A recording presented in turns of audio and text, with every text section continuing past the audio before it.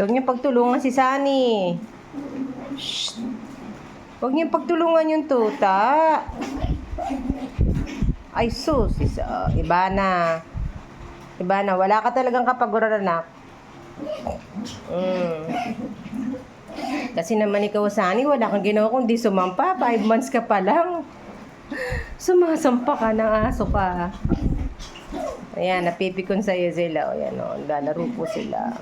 Good morning po. Tayo.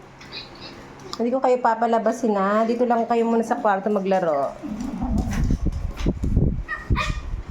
Ayan, tingnan si Sunny, oh. Sunny! Bata ka pa. Sumasampa ka na.